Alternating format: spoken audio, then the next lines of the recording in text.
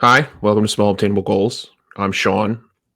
This is a podcast and YouTube channel about mental health and the struggles of it and how you can make it better and how you can do better in life. Uh, I should go through my credentials first. Air quotes for credentials. I've struggled with mental health issues for the better part of 20 years. I have really bad anxiety and I've had major depressive order for the past decade, and then 5 years ago, I found out that I have really bad OCD too. And it was just a real big struggle for a long time. But now I'm doing better. And I figured, why not try to help other people? So throughout this show, I'm going to work with my sister here and we're going to try to maybe help people. And even if nobody likes it, as long as one person actually gets help, then it's more than worth it. So, welcome. Make yourself at home. This is my sister. Hi, I'm Kirsten. I am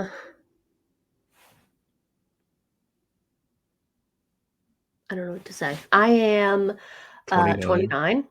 29? 29.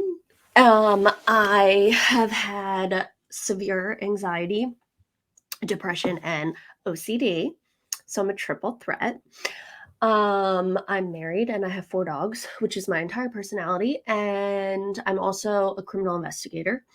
My credentials are I went to Rutgers for undergrad and I got my bachelor's in social work and human services, and then I liked being a nerd, so I went and got my master's degree in cybersecurity, information privacy compliance, and criminal law.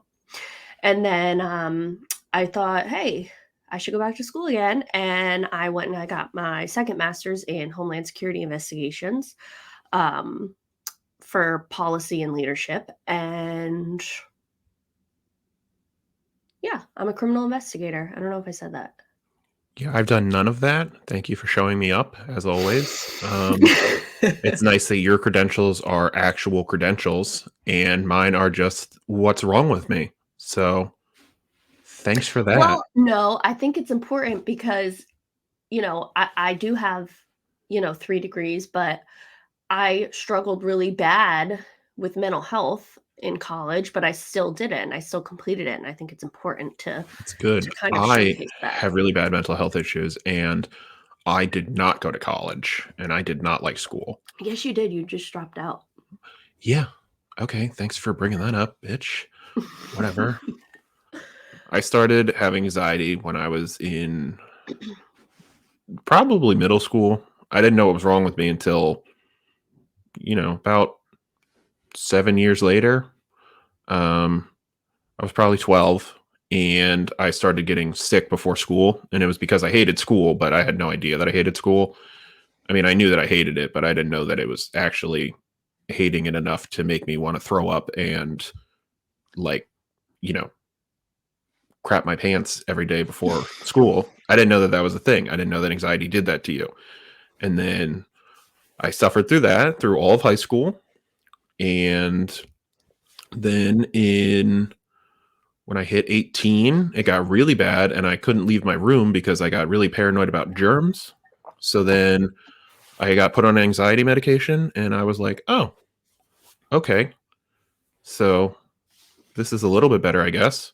I could leave my room again. And then a few years go by and I realized that not everyone in the world wants to kill themselves, which was a shocker to me because all that I wanted to do was die. And I thought that everyone felt like that. I thought that everyone hated their jobs. I thought that everyone hated their lives. I thought that everyone hated everything and they were just all waiting to die. Apparently, that was wrong. Looking back now, should have probably known that there's a problem, but no one ever talked about depression and no one ever said that having anxiety makes you more prone to having depression. So that was fun. It got really bad. I started getting treated for depression about when I was 25, I think. I'm 32 now, and I got treated for a few years, and everything was going a little bit better. I started working a job that I liked. I started uh, doing things that I loved again. And then my dad went to work and did not come home one day because he was Oh my dead. god, that happened to me too. I know, that's so weird. Weird. And after that happened, I got really depressed. And I don't know why. Probably because of the dad. Probably. Yeah. And so that was fun. I got to move back in with my mom because I was a huge mess. And I couldn't take care of myself. And yeah. So eventually I found a psychiatrist. All throughout these years of doing this, I was looking for therapists and psychiatrists, and none of them connected with me, and none of them helped. And they would just pump me full of drugs or give me stuff to try to do that I knew that I would never do. Like, you should go to the gym every day and work out for 3 hours. You did do that for a I while. I did do that, and it didn't help, and I still felt like crap. And then finally, I found a doctor, thanks to my family just essentially forcing me to go because they were like, "Hey, look, we know that you want to kill yourself.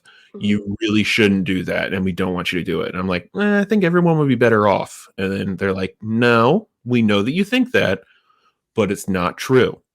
And I was just like, ugh. And then my little sister was like, "Hey, if it doesn't help, you can always kill yourself later." And I was like, I did not say that. that's what I said in my head to myself. No. But then I finally found a therapist and a psychiatrist who actually helped me and knew what she was doing and prescribed me the right drugs and got me to do the right cognitive therapies and things along that nature. And eventually I went and did ECT, which, for everyone wondering, is electroconvulsive therapy or electroshock treatment, as they called it back in the 1700s, where they just zap your brain. It's not like that anymore. You go to like this very nice little hospital room, and then they put you under with anesthesia, and then they do zap your brain. But then you come out, But and then they give you cookies after. they do give you cookies after. And then I still help a lot of people. There were a lot of people that like started when I started, and they were super depressed and like essentially shells of their former selves. And then as the time went by, it started working for them. And I'm not sure if it worked for me entirely. Everyone says that it did, everyone that's been around me, but I still felt like shit afterwards. Um, but eventually I got the right medications and I started enjoying life a little bit more. Also, during all of this, I was about 450 pounds, so that was fun. Uh, and then what else happened? Oh yeah, that little what was that thing that happened a few years ago? It was like the whole world shut down. Pandemic.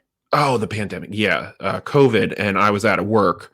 And in that time, thankfully, I had a good psychiatrist who actually cared about her patients, and she was like, "Hey, I know that you have no money, but I'm still going to talk with you and try to help you." And I said, "Okay, cool, thanks." And that was when my OCD got very bad to the point where I couldn't function because I couldn't leave the house because I was afraid that there was going to be germs on everything. Because before I could tell myself, you know what? Some germs aren't going to hurt you. If you go to the store and you touch something that has a germ on it, it's not going to kill you. And then a bunch of scientists were like, no, it'll kill you. And I was like, okay, I'm just going to stay home then. Thanks. Plus, our mom got like OG COVID, and she's Yeah. immunocompromised. Yeah.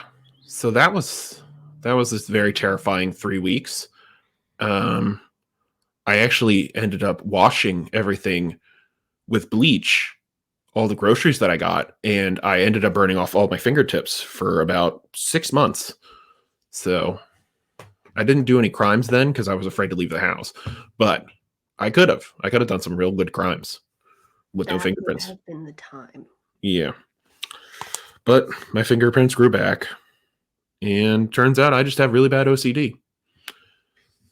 And no one ever talks about OCD either. I always thought that it was just, you count everything. Or you like it clean. Yeah, People or are you like, oh, I'm clean so stuff. OCD.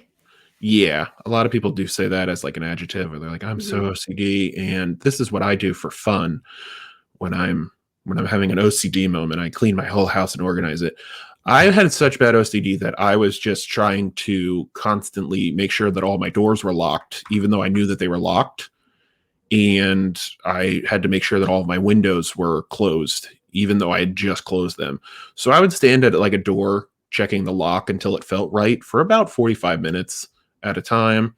And yeah, that was one way to spend the pandemic. That's how I spent mine. And now I'm doing better.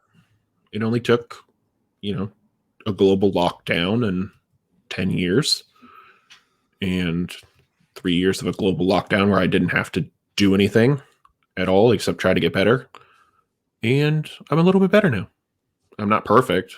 It's still a struggle day in, day out, but I'm doing well enough now to maybe try to help somebody else. What's your story of? Yeah, I think you said something about you had a dead dad. Yeah, thanks, sis. Oh, So, yeah, my dad died. I had anxiety in like probably the 10th grade. I was nervous a lot. I was, um, I had or I have contamination OCD. So, certain things like even now, I have to tell myself, like, if I get the mail and I put it on the counter, I don't have to like rip the mail up and throw it out immediately. Um, but I really on and off, I mean, have always had anxiety and OCD. And it was the same thing. Like I remember being 15 and telling my mom, like, I have really bad anxiety and I have I'm always worried. I'm always like paranoid that I'm sick or someone near me is gonna be sick. And I would hear certain words and then I would count in my head because I was so anxious. And I didn't realize that that was the compulsion of my obsession. So my mom, was like, "Oh, well, why don't you do this and read this book and do this?" And then finally I was just like, "Why aren't you helping me?"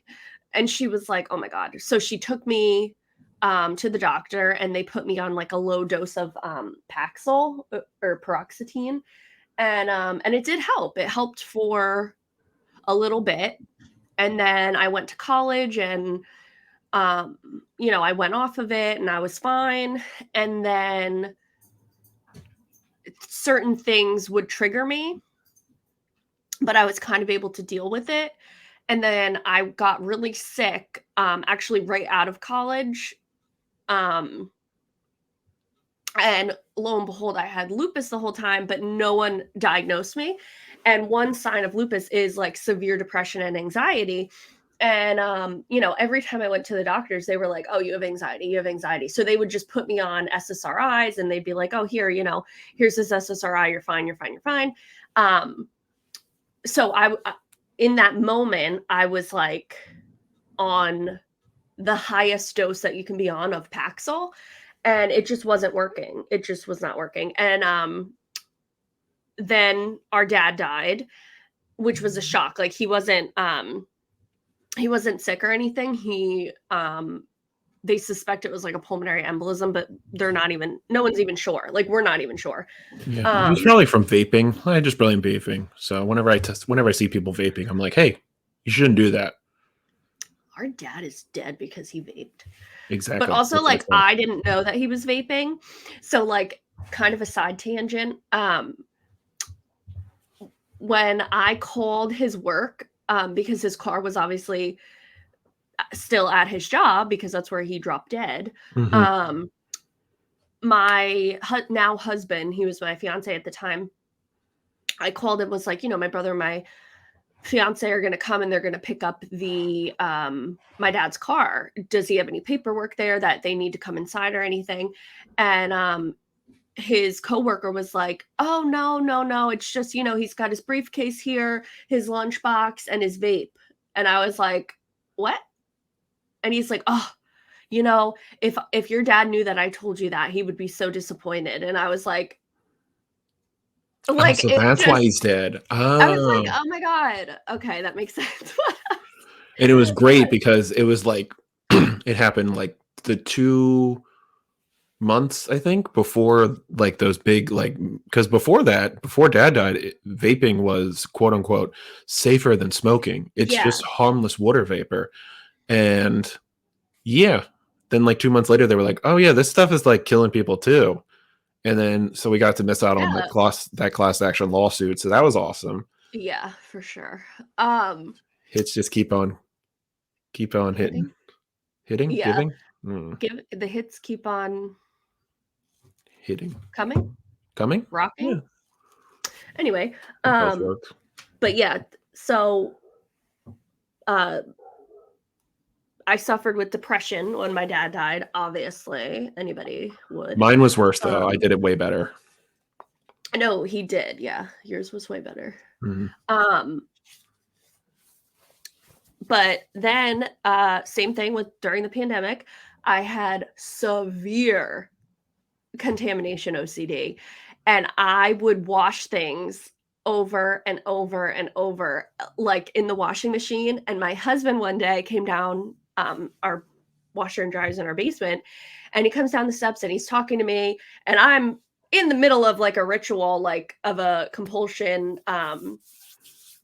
and he was like saying something. I don't know what he was saying because I wasn't paying attention. And then he took his hand and merely reached into the washing machine, and my day was done.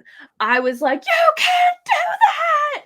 And he's like, "My hands are clean." And I'm like, "No, they're not. No, they're not." And I'm doing my compulsions, and he's like, "What are you saying?" Like he's yelling because he doesn't understand it. He never had seen me really like that. And after that day, I was like, I should probably find a psychiatrist. And I've now been with my same psychiatrist since. I mean, I've been with her for 3 years. She's love her, amazing. She switched my meds. She put me on an anti-obsessional. Yeah, it's she amazing how much getting on the right meds and finding somebody who actually can help you helps you. It's crazy. It is crazy, and what's really effed up is, she is out of network for my insurance, so Mhm. it's like the initial assessment is like $300, and then if I wanna talk to her for an hour, it's 200, and then, like, a med check is, like, 150, which, I mean, those are, like, the common prices. If you go to New York, it's, like, way different, or Pennsylvania, they're even higher, but, it's just such a shame that It's mental so health. difficult to get help. Yes, and it's like I had been to therapists, like, right after, our dad died, I found a grief counselor, and I would go to her weekly, and she was fine. Like, she had her PhD in, she was like an LPC, I think, um, I don't know what but that is. a licensed practicing counselor, Uh, and, she was great. She was great. She was really nice, but she didn't get my OCD. Like, she didn't help me with my OCD. She merely was helping me cope with the loss, sudden loss of a loved one, which is what her specialty was. And that's not on her to try to treat my OCD or anything like that. But um, it's just baffling to me how difficult it is to find, mental health care, and like yeah. that actually works and that is actually helpful.